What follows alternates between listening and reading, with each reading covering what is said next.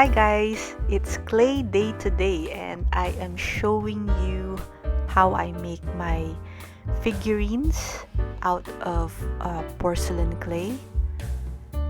So these are actually bug-eyed creatures. They have bulging eyes and they're very cute.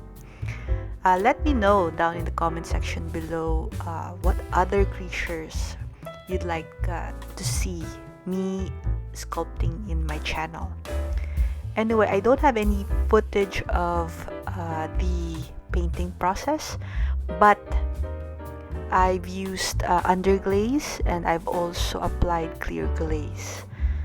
Anyway guys, enjoy the rest of the video and thank you so much for watching.